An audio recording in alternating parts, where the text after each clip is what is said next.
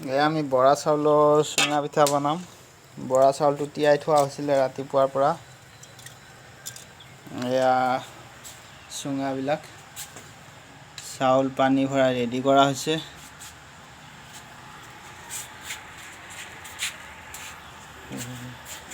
এই কলপাতবোৰ এই জুই আমি জ্বলাই থোৱা হৈছে। এই আমাৰ জুই জুইত দিয়া গৈছে। এয়া ডাঙৰকৈ জুই জ্বলোৱা হৈছে।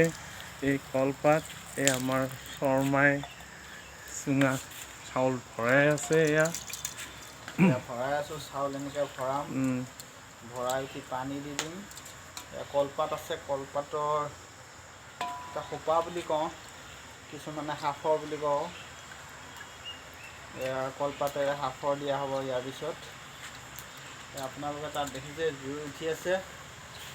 কলপাতৰ সাফৰ মেৰিয়াই কেইটামান দি দিয়া হৈছে। কিছুমানে খৰিত পুৰে, আমাৰ কিছুমানে খেৰত পুৰে। আমি এতিয়া খৰি দিছোঁ, খেৰ পাবলৈ সম্ভৱ নহয় ইয়াত। এতিয়া ভোগালীৰ এইটো বেষ্ট স্পেচিয়েল বস্তু হয় চুঙা পিঠা। বৰা চাউলটো 3 ঘণ্টামান তিয়াই থ'লোঁ। তিয়াই থৈ এতিয়া ভালদৰে ধুই চুঙা পিঠাৰ কাৰণে ৰেডি কৰিছোঁ। আৰু লগতে ৰাইজক ভোগালী বিহুৰ শুভেচ্ছা জনালোঁ। সুখে শান্তিৰে ভোগালীটো পাৰ হওক।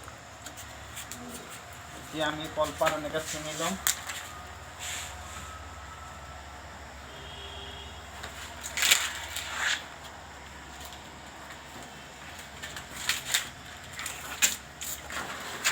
এনেকৈ কলপাত ছিঙি ল'লোঁ।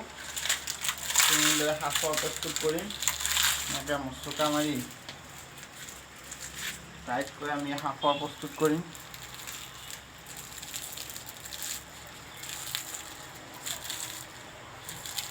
অতি সোনকালে সিদ্ধ হোৱাত মানে সহজ হ'ব আৰু পোক পৰুৱা ধূলি মাকতিৰ ভিতৰত নোসোমাবলৈ এই ব্যৱস্থা কৰা হৈছে। এতিয়া অলৰেডি আমাৰ চুঙা পিঠা ৰেডি হৈ গ'ল।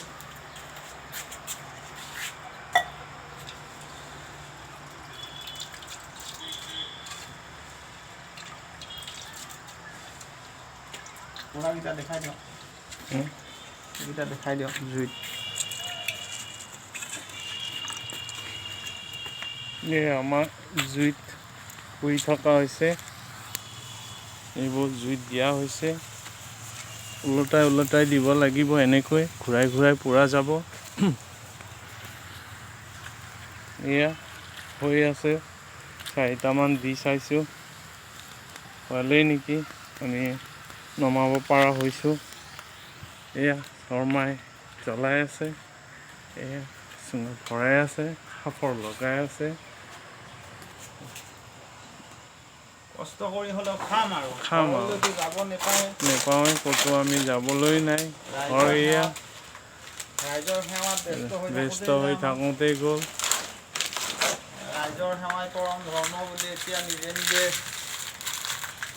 কৰি আছোঁ আৰু খাব লাগিব যেতিয়া উদযাপন কৰিবই লাগিব।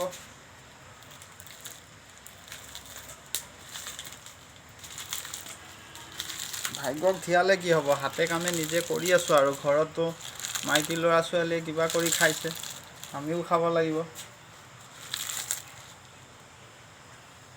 এতিয়া জুইৰ ওচৰত দিম এইকেইটা।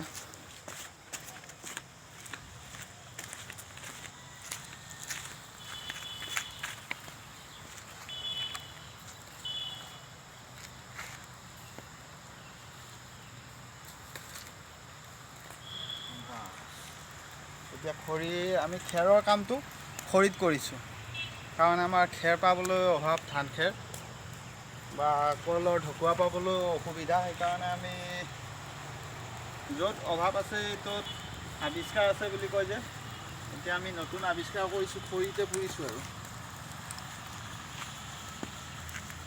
এতিয়া ঘূৰাই ঘূৰাই দিব লাগিব সিজিবলৈ।